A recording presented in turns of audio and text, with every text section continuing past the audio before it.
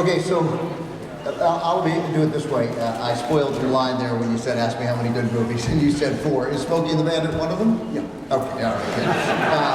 Thank goodness. What are the other ones you're most proud of?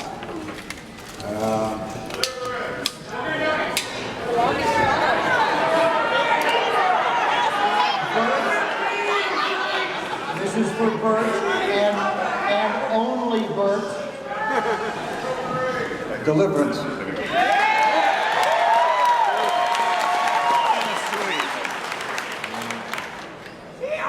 Starting over. Starting over? And just because I had such a good time, the long shot. I think that there's a crowd here that's going to argue that there are a lot more than 4, but out of respect, I won't press you. But we were just downstairs talking about Sharky's Machine. I love Sharky's Machine. And you directed Sharky's Machine. Which of course was a nice moment down there when I said, who directed Sharky's Machine? It was like, I did.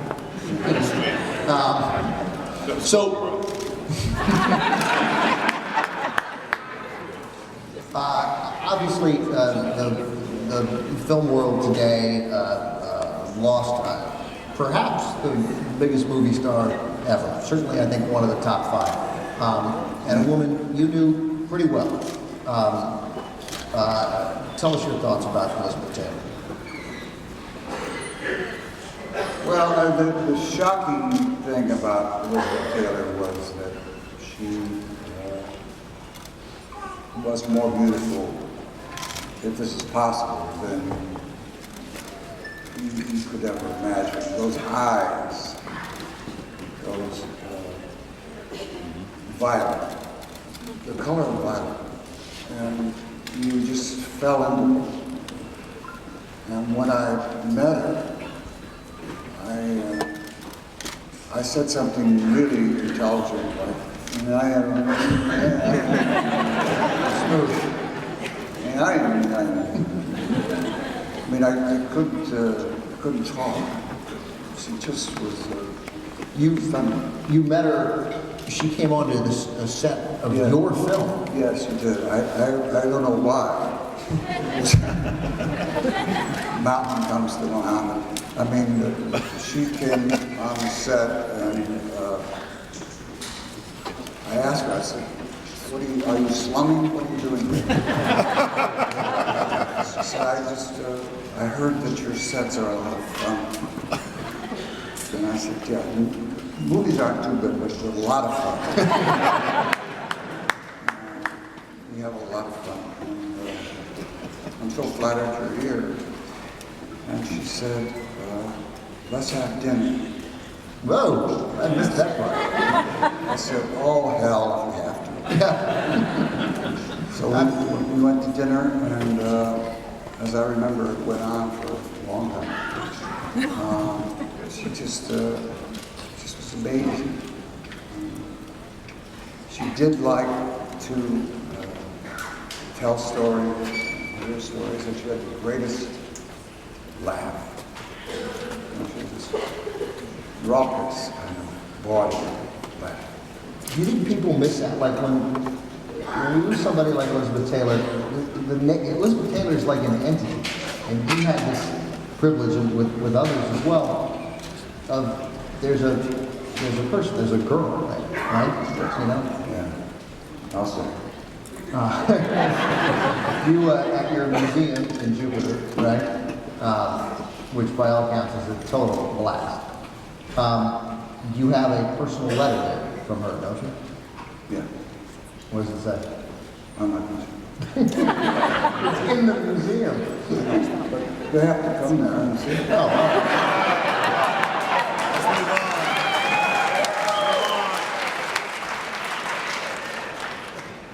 I have what it says, but I won't say it, out of sheer respect for you. All right, so you're as big a star as there is in the country in 1977. And tell us how we got to having you star in Smokey and the Bandit, which is, you weren't just the star, although you weren't the director, you really, this is your movie. You shepherded this movie. How did that happen? What's the backstory? Well, I was roommates with the highest paid stuntman in the world, best stuntman, Hal Needham, and he said, "Roomy, I've written this movie," and I thought, into every roommate's life, rain must fall. I mean, the things you don't want to hear from your roommate is, "I wrote a movie." It's about 90% of it takes place in a car. Sounds awesome. Yeah, okay, so I read it, and I said, "Hal, this is the worst script I've ever read. But there's a way to make this work, and that is if we get some really outrageous people that know how to improv, second city stuff."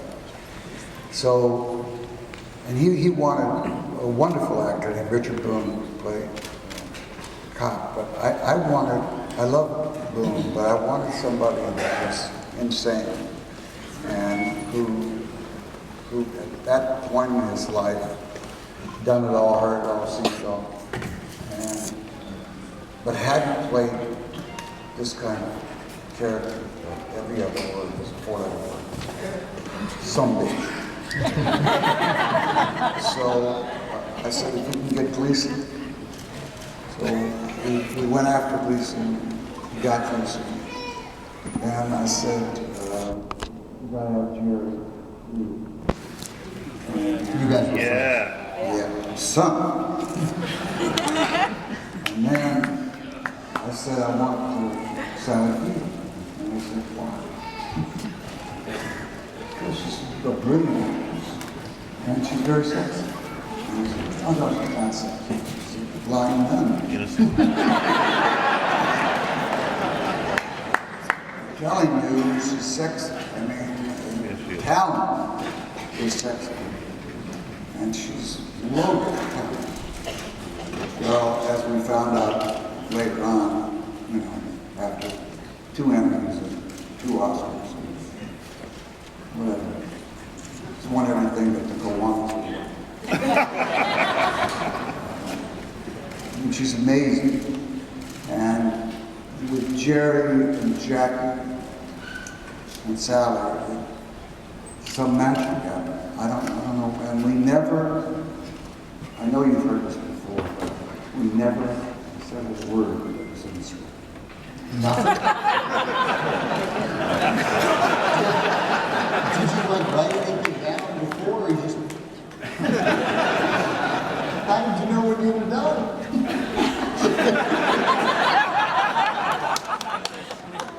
We'd be talking, and eventually I'd hear Hal say, oh, I guess that's a cut. Because we just dry it out.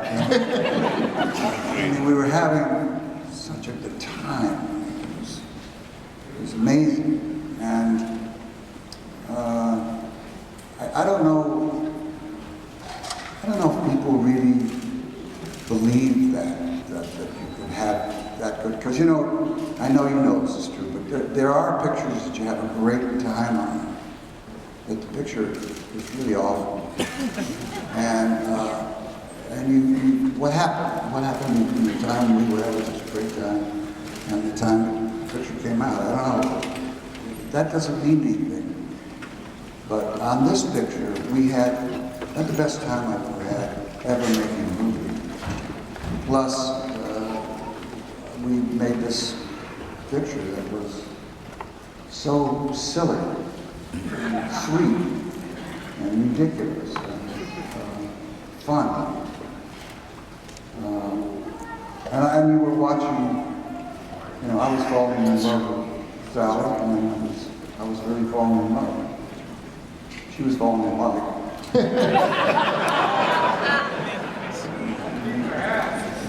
That. And we had a phenomenal, we just ended up doing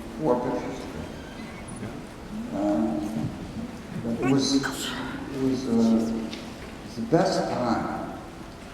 And the stunts, I hate to think that picture spawned every car chase movie in the world, and I don't think it did. There were other car chase movies. But the way that, when you have Hal Needham as a director, every stuntman wants to outdo himself.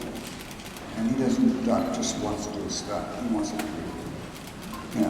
the most death-defying stunt ever done in the history of movies, because he wants to impress Hal. And Hal is not impressed. I mean, he's moved on with a missed shot. He's seen it all, heard it all, done it all.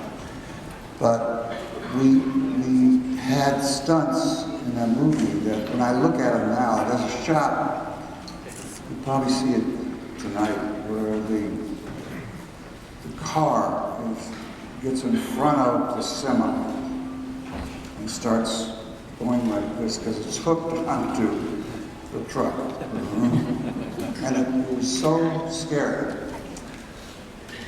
And yet, this was Hal's idea. We never, ever cut back to a police officer, in pain. They were all going, dead, yeah! And then they were saying some other things too. But nobody got hurt. Right. Did you refuse to do anything, or was it you couldn't do that because then Hal Needham would look down on you? Like, was there any stunt you were like, dude, I'm not doing that? Oh, no. I couldn't wait to make him shut up. I love to make him say, okay. You knew it was good as you were making it, you knew it was good when it was done. Not everybody, thought it was good, because critics, not me, can be enormously snooty.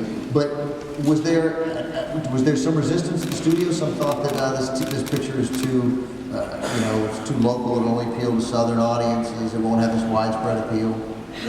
The picture was released only in the South, and it grossed a little over $400 million. Yeah. Which was,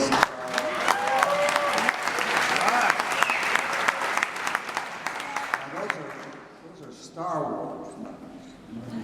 Star Wars was out at the same time, and we were, even in the South, actually, we were a little bit ahead of it. But I thought, what the hell, there's just as many rednecks in the North. We sat some and gone up north, let's see what happens. Well, it made more money in the North than it did in the South. Yeah, what is it that sometimes these guys don't understand? That audiences, first of all, whether they live in Atlanta, or they live in Tampa, or they live in Boston, or they live in Butte, Montana, if the movie's good, they'll go see it. Well, funny is funny. Yeah. And that's all that matters. I mean, the bottom line is it's funny. Plus the fact that the picture had heart. And you got that combination of funny and heart. I mean, you really felt like you were watching some people who, in spite of what was going on, really liked each other. And we did. It was, I wish that I could show you, I think there are outtakes. The outtakes were outrageous. Most of the outtakes made it into the movie. I want to talk about a couple of, because you were so honest, and you're so honest talking about regrets, and you wouldn't think that a guy like you had any, but the honesty about it is really remarkable to me. So don't start lying now. James Bond. Never heard of it. All right, moving on. You could have been James Bond. Yeah. I'm not sure. I wish in some ways I'd done it only because I would be very curious as to how it would turn out. But I felt very strongly that an American couldn't play Bond. And so I said, no, an American couldn't. And then, the following year, when that poor guy that did it,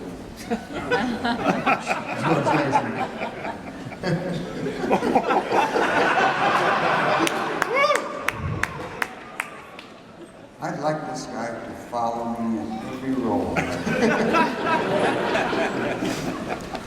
The tough spot to beat.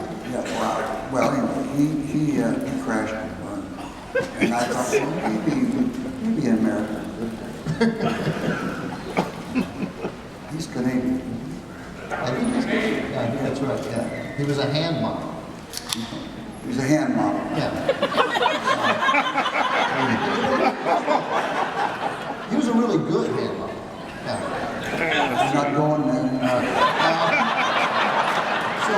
So do you, if we go back to whenever Connery left the franchise, 72, 73, would why were you so quick to turn it down, and do you regret that? I regret it only in curiosities that I would have liked to have known. I think I could have brought it off. I could have done the English accent. All right, but if I had my eyes closed again, would I do it? No. I think that's you then are James Bond. Right, which was Connery's objection Yes. in the first place, which is why he stopped doing it. So there was a belief, and I'll paraphrase some of these quotes, but you have a tremendous respect for classic Hollywood. Yeah. And in your film, The End, that you directed, you picked your own parents. Yeah. And they were really good, everybody knew they were. Well, I mean, one of the wonderful things about directing is that you get to cast people that you always wanted to work with, or in this case, my parents, my mother and dad, and I had Myrna Loy, was my mother, who I've always had a crush on, and my father was Pat O'Brien, and because I feel like I got in touch with the Irish. And so the two of them were just delicious and wonderful. You mentioned, we're going to take some questions in a sec, but you mentioned that how much you respect and love Billy Wilder.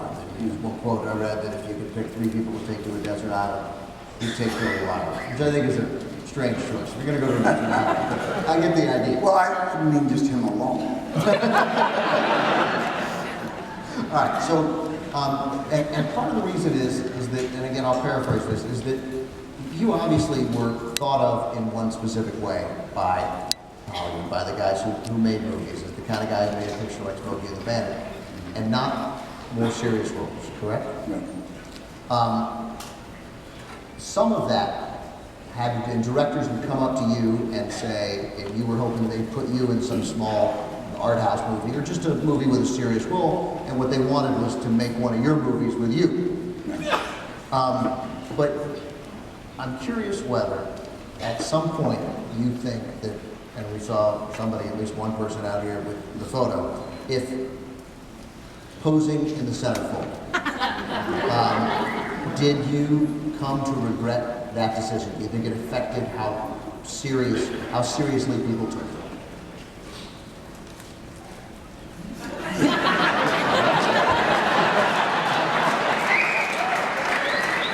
Yeah, I mean, it's pretty hard to take anybody serious that's spread out on a magazine. It just epitome of arrogance and stupidity and with a touch of idiocy. I felt like if I could pull this off, forgive me for the pun,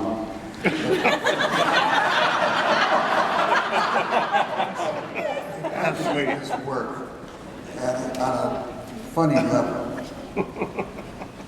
People will get the humor of it, then I'll be okay. But nobody thought that anybody was going to react to it. I mean, what was the big deal? I mean, you look at that picture, there's nothing to be, there's nothing. Dude, it turned me on.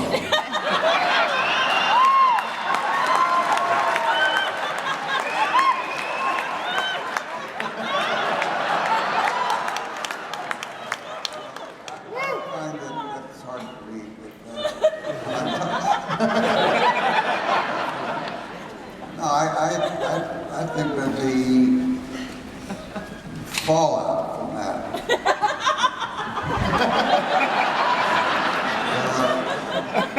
I mean, I still have nightmares where I wake up and I've passed on, and I'm walking through the graveyard and it says, first male's news. And I screamed. You know, I did other things. I did 100 movies. 4 of them good. 4 of them were good.